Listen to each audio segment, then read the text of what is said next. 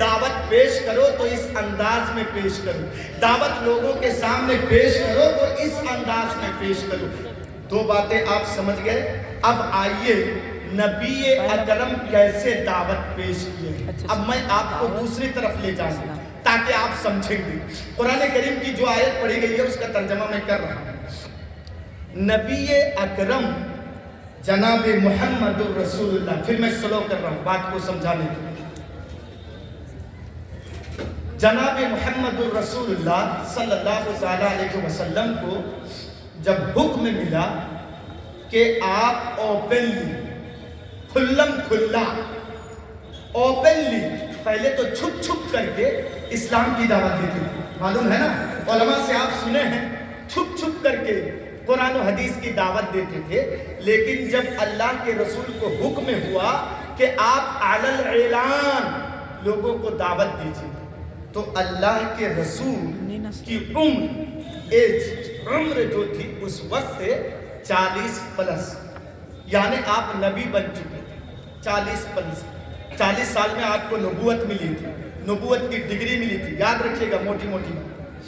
تو اللہ کے رسول جو لوگ حج کرنے گئے ہیں، عمرہ کرنے گئے ہیں، ان کو معلوم ہوگا کہ مکہ کے قریب ایک پہاڑ ہے جس کا نام ہے کوہ صفا۔